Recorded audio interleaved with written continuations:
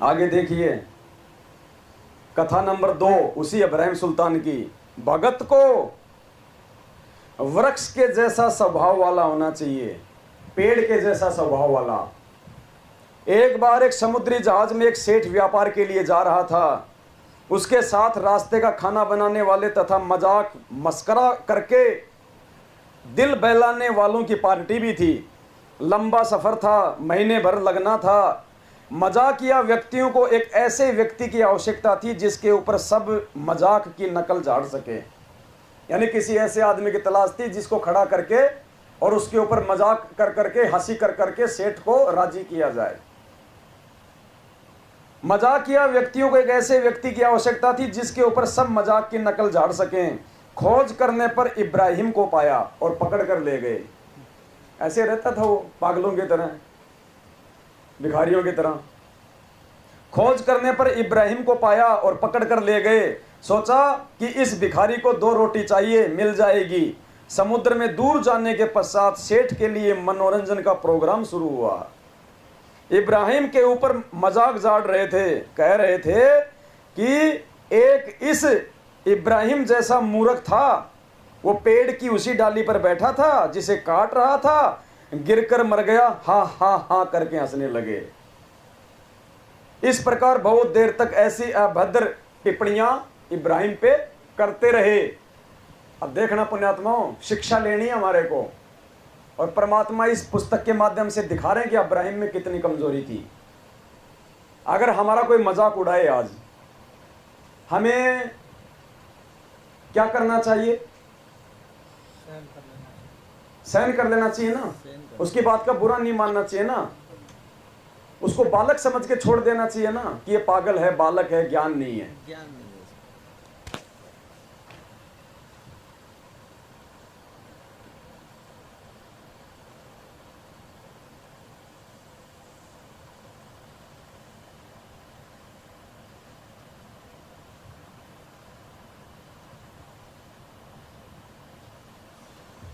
और पूज्य गुरुदेव जी भी हमें क्या शिक्षा दे रहे हैं?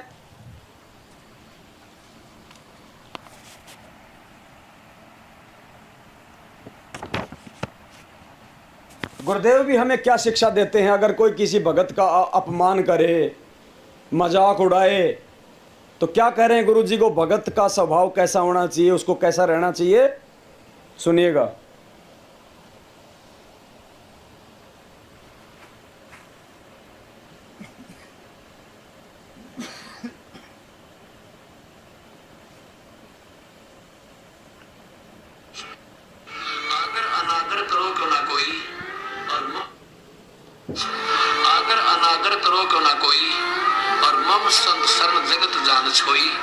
मेरी शरण में आ गए, चाहे तुम्हारी कोई इज्जत करे चाहे बेइज्जती करे, तुम चिंता ना करियो।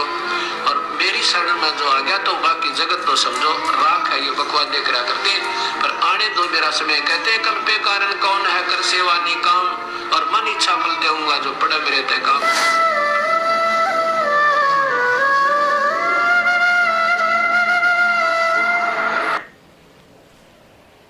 तो परमेश्वर कहते हैं कि मान अमान करो क्यों ना कोई, मम संत शरण जान है छोई। कि मेरी शरण में आने के बाद अगर तुम्हारा कोई आदर करता है, कोई अनादर करता है, तुम्हें कोई असर नहीं पड़ना चाहिए।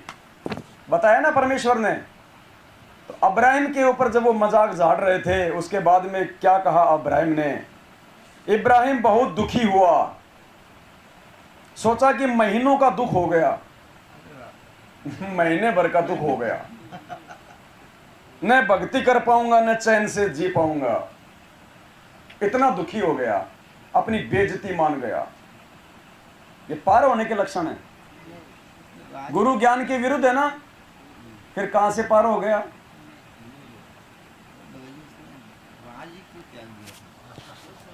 भगत जी यही तो है आज का विषय, कि इतना सब कुछ त्यागने के बाद भी काल कहां ठग लेता है।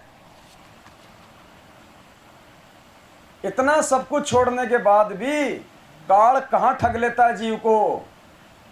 आज भक्ति सभी कर रहे हैं, लेकिन ये मान बड़ाई भक्तों से नहीं छूट रही, राग द्वेष संगत से नहीं छूट रहा। और सबसे बड़ी कमजोरी भगत के इस लोक में रहने की वर्तमान में ये राग द्वेष ही बनेगा।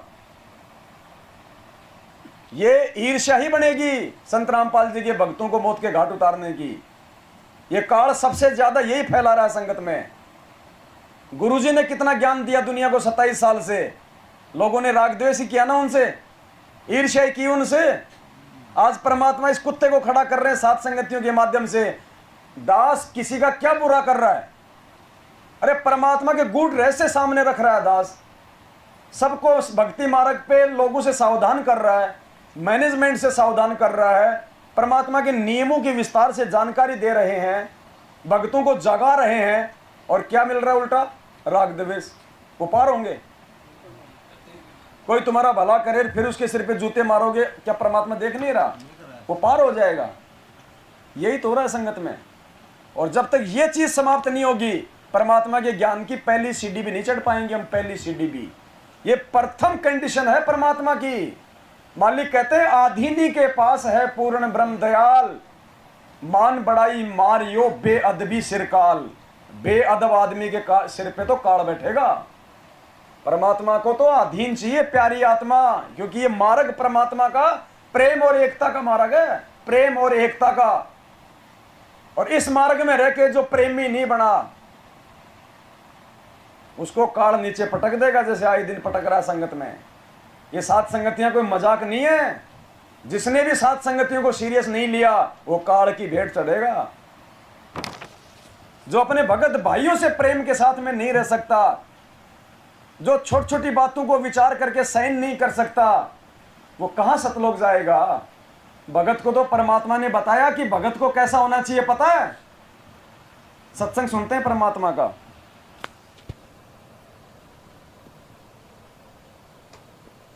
पुण्यात्माओं, बहुत कमियां हैं अभी, और बाढ़ देख रहे हैं सतलोक जाने की।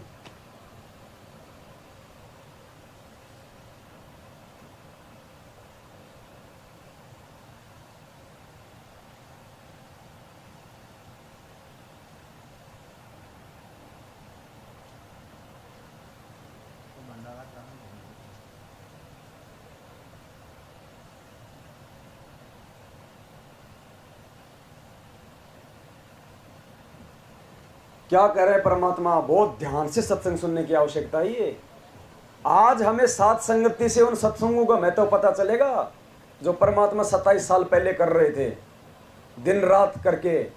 आज उनके महत्व का पता चलेगा। आज वो सत्संग हमारे काम आएंगे। उस समय गुरु जी के सत्संगों में 10, 15, 20 लोग ही बैठते थे, लेकिन परमात्मा खाली 10, 15, 20 के लिए सत्संग नहीं करता था। परमात्मा को पता था कि ये मेरे सत्संग आगे चल के लाखों करोड़ों लोगों तक जाएंगे। और आज इन सत्संगों में दी जा रही शिक्षा को लोग अपने जीवन में उतारेंगे तो सफल होंगे। और आज देखो सत्संग कहां काम आएगा। भगत को कितनी गहनता, कितनी आधीनी, कितनी विनम्रता लानी पड़ेगी अपने अंदर। गुरुदेव कहते धरती में चाहे कोई ट्यूबवेल खोदे, चाहे कोई कुआं खोदे, चाहे कोई तालाब खोदे, चाहे कोई नहर और सुरंग खोदे, क्या भगती, क्या क्या क्या धरती कभी कभी वो कहती है कि मुझे दर्द हो रहा है, मुझे पीड़ा हो रही है, मत खोद? वो चसकती भी नहीं है। गुरुजी कह रहे हैं भगत को इतनी जरना चाहिए, इतनी आधीनी, इतनी सहनशीलता, चाहे उसकी कोई इज्जत करे, चाहे बेइज्जती करे, चाहे उसके साथ में कोई धोखा करे। पेड़ को चाहे काटो, चाहे छांगो, चाहे कुछ भी करो, क्या पेड़ कभी कहता है कि मुझे मत काटो? इतनी जरना, इतनी आधीनी चाहिए भगत को। सुनिए परमात्मा के मुख कमल से। पुण्यात्मा विचार करना फिर हम कहां खड़े हैं। परमात्मा ने यहां तक कह दिया कि तुम नहा धो के निकले हो, और अगर जानबूझ के भी कोई तुम्हारे ऊपर थूक दे, उसकी तरफ टेढ़ी नजर से भी नहीं देखना, आगे निकल लो चुपचाप। परीक्षा है, इतनी सहनशीलता चाहिए। और वो ही नहीं, आगे निकलने से भी काम नहीं चलेगा। तुम आगे तो चुपचाप निकल गए, देख के कि यार तगड़ा आदमी है, ठोक देगा। और मन में बदला लेने की भावना है तो भी फैल, मन में नहीं आना चाहिए। वो बदले की भावना यदि मन में आ गई हमारे, तो भी हम फैल। सुनिए परमात्मा के मुख कमल से। पुण्यात्माओं, ये भगवान ने रातों को 2-2 बजे जाग के ऐसे अपनी आंखें काली नहीं की है। हम नीचों को समझाने के लिए आज ये सत्संग काम आएंगे गुरु जी के सात संगतियों के माध्यम से। आज समझ में आएगा इन अनमोल सत्संगों का महत्व, जिनको हम पुराने सत्संग कह के छोड़ देते हैं। सुनिए,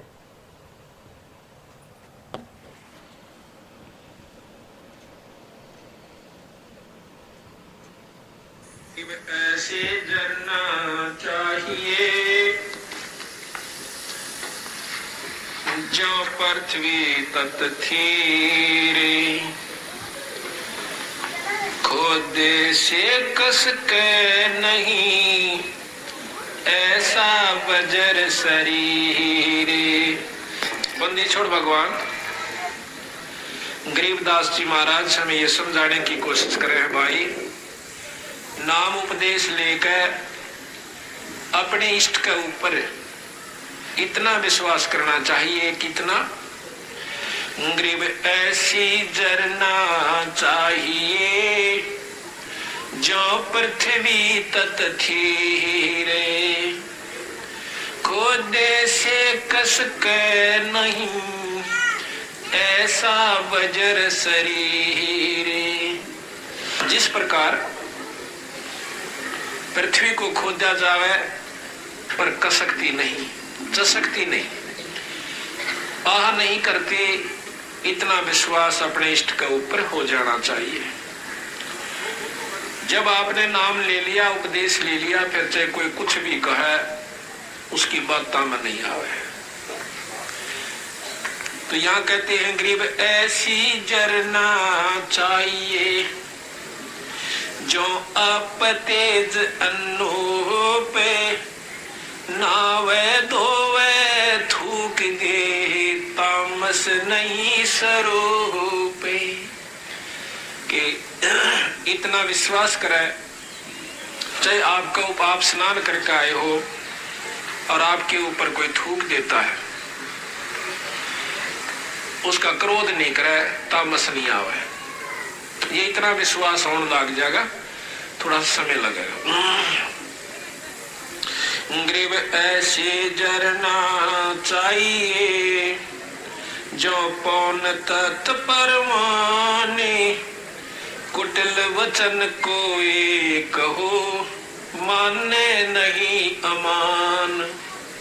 कोई भी बुरा भला कहे आपको, उसका अमान यानी बुरा नहीं माने, उसकी अपनी बेइज्जती महसूस नहीं करे। गरीब ऐसी जरना चाहिए जो गगन तत्व में ओई, जो कुछ पड़े सो जब सब जरे, बुरा न बाचे कोई। कोई आपको कुछ कहे, उसको सबको हजम करिए, खत्म कर दिए, उससे बात ना करिए, उसकी निंदा या प्रति उत्तर ना दीजिए। गरीब ऐसी जरना चाहिए जो तरवर के तीरे, काटे चीरा कष्ट को तो भी मन में धीरे। वृक्ष ने कोई काटे तो भी चसकता नहीं। यहाँ पर काटना तात्पर्य आपकी कोई निंदा चुगली करे तो बोले नहीं, करण दे। जो निंदा आपकी करता है वो आपका खास दोस्त है। कबीर साहब कहते हैं कि निंदक मेरा नाम रो बसो ना मुझसे दूर, भाई गाम गोर व गंदगी ये साफ करते सूर। इतना काम करता है वो निंदक आपका जैसे सूर काम करता, आपके पाप कर्मों को खत्म कर रहा है, आपको निर्मल कर रहा है। गरीब वृक्ष नदी और साधु जन, तीनवा एक स्वभाव, जल नहावे फल वृक्ष दे, साध लखावे दाव। ये कब बोल रहे हैं? गरीब ऐसी जरना चाहिए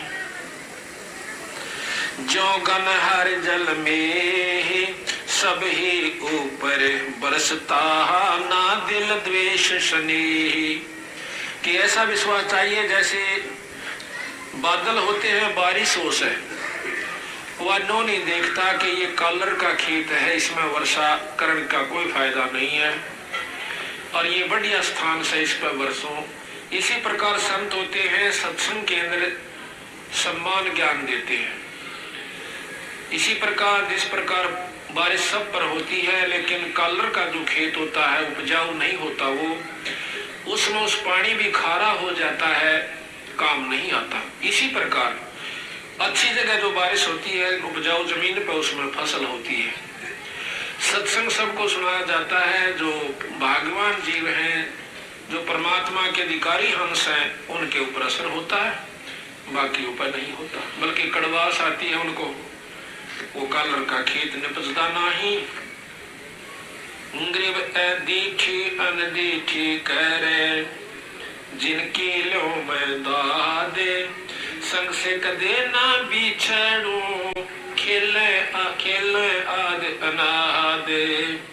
ग्रीब दीठी अनदीठी करे, जिनकी लो मैं दादे, संग से कदे ना बिछड़ू, मेरे परम स्नेही सादे।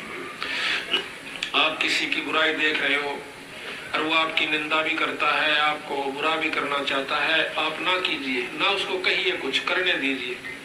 बंदी छोड़ के फिर मैं आप देखूंगा उसको, आप नहीं कुछ कहना। तो दीठी अनदीठी करे, जिसकी लो मैं दाद, संग से कथे ना बिछड़ू, वो मेरा परम स्नेही साथ। कबीर साहब कहते हैं, आवत गाड़ी एक है, उल्टे हो अनेक, कह कबीर ना उल्टी हुआ, रह एक की एक। ग्रीब कसनी कसे कपूर जो, करनी करे करारे, जरना जोगी जगत गुरु, आप तेरे जग त्यारे। जिनको विश्वास हो गया परमात्मा के नाम का, वो आप भी पार हो जाएंगे और औरों को भी पार कर ले जाएंगे। अब जैसे भक्तों का अपना विश्वास हुआ, वो 10 और समझाओगा, आजा भाई नाम ले लो और नाम से मुक्ति होगी, 2 दिन का जीवन है। तो इस प्रकार महाराज कहते हैं कि आप तरह जगत्यार है, आप भी तरह और औरों को भी पार करें। तो जरना कहते हैं पक्का विश्वास। एक विश्वास होता है, एक निश्चय होता है। और तीसरे नंबर पर गरीबदास जी जरना कहते हैं। जरना का तात्पर्य है कि बहुत ही अमिट छाप पड़ जाती है, जैसे पत्थर पर लकीर हो जाए, वह मिट नहीं सकती, टूट सकती है। तो परमात्मा कहते हैं जरने ऊपर होत हैं संपूर्ण सकल काज। जब तक जरना नहीं होगा, इतना विश्वास नहीं हो जाएगा, तब तक हम परमेश्वर के भक्ति के अधिकारी भी नहीं बनते। हम कहाँ नाम लेके अपने आप को भगत बना के सतलोक जाने की सोच रहे हैं। जोटा लगेगा जोटा, गुरुजी कहना हरियाणा में जोटा लगेगा जोटा, अभी तो खाल उधड़ेगी। इतना आसान नहीं है इस कबीर परमेश्वर को प्राप्त करना, ये खाला का घर नहीं है। गुरुजी कहते हैं बरवाड़े का बस अड्डा नहीं है जो तुम त्रिकुटी पहुंच जाओगे रिक्शा से। तो परमात्मा कहते हैं इतना जरना चाहिए भगत को, चाहे कोई बेइज्जती करे, चाहे कोई इज्जत दे, चाहे कुछ भी करे, ना वो इज्जत से फूलता है, ना बेइज्जती से दुख मानता है। तो अब्राहिम ने क्या कहा कि महीनों भर का दुख हो गया, ना जिया जाएगा, ना भक्ति की जाएगी। तो पुण्यात्माओं, ये पार होने के लक्षण है क्या? फिर कहते सुल्तानी पार हो गया। देखते जाओ अभी आगे आगे। इब्राहिम बहुत दुखी हुआ, सोचा कि महीनों का दुख हो गया, न भक्ति कर पाऊंगा, न चैन से रह पाऊंगा। उसी समय आकाशवाणी हुई कि हे भगत इब्राहिम, यदि तू कहे तो इन मूर्खों को मार दूं, जहाज को डुबो दूं, तुझे बचा लूं, ये तेरे को तंग करते हैं। ये आकाशवाणी सुनकर जहाज के सब व्यक्ति भयभीत हो गए। इब्राहिम ने कहा, हे अल्लाह, ये कलंक मेरे माथे पर न लगा, ये बेखबर हैं, इतने व्यक्तियों के मारने के स्थान पर मुझे ही मार दे। देखो बदलाव हुआ ना, वहां तो बोला या तो बेटे को मार दे या मेरे को मार दे, और यहाँ क्या कह रहा है कि मेरे को ही मार दे। हुआ ना बदलाव।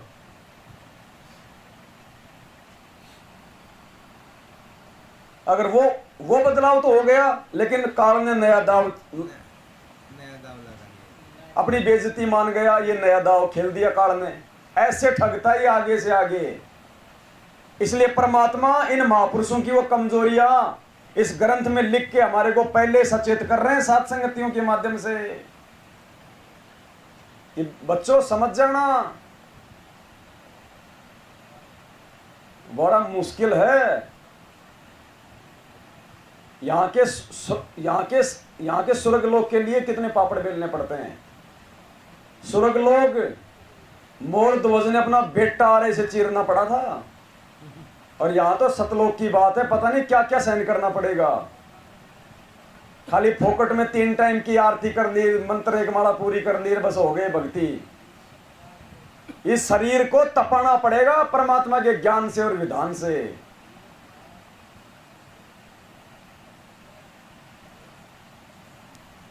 ये आकाशवाणी सुनकर जहाज के सब व्यक्ति भयभीत हो गए। इब्राहिम ने कहा, हे अल्लाह, ये कलंक मेरे माथे पे न लगा, ये बेखबर हैं।